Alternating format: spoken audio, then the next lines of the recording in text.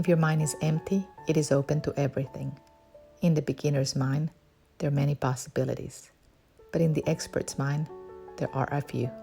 Shunryu Suzuki. I love to see a child play.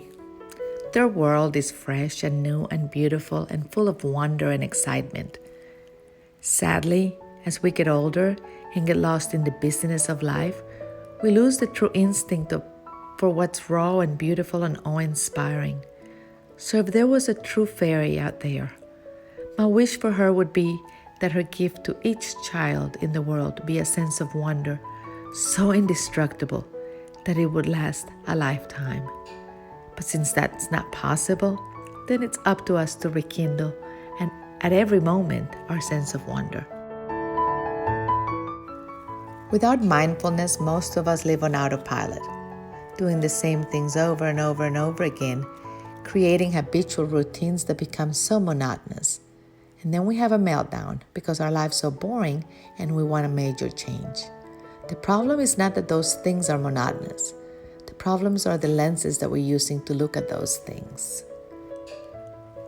This moment is always new. We've never been in this moment before. Even if it's the same thing we do each day, this moment is brand new.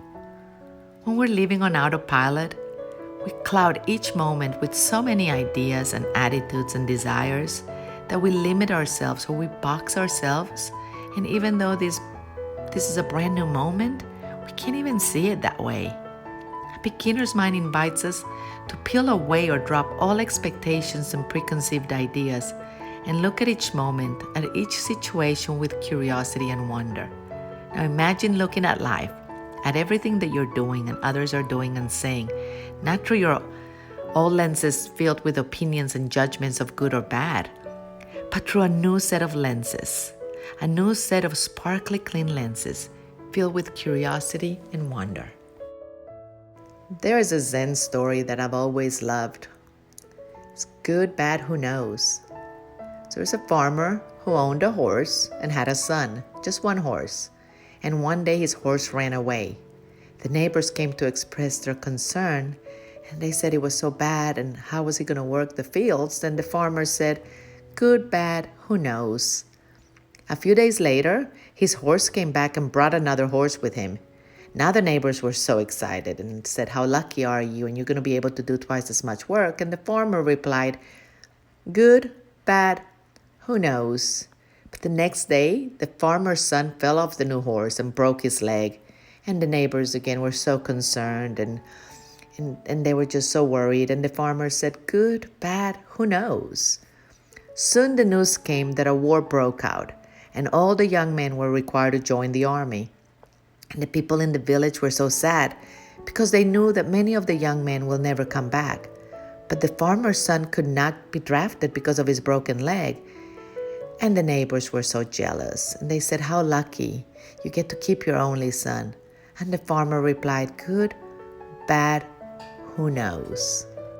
So most things in life, like in the story, are beyond our control.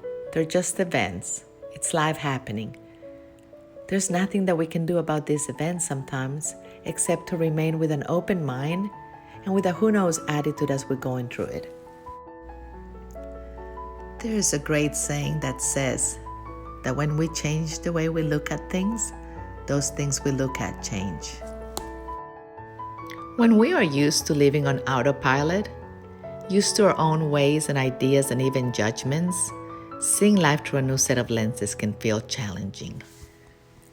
So in the spirit of keeping things fun and simple, next time that you're driving home, take a different road. You know, when we do those little things each day, like brushing our teeth or pouring our coffee, use your opposite hand. And if you catch yourself thinking, you know how something will go, resist the temptation to assume and instead remain curious and open-minded. Remember, who knows? Doing this small task with a beginner's mind allows you to cultivate that attribute of curiosity, and it allows you to see yourself, others, and the world you live in through a new set of lenses filled with possibility, playfulness, and wonder.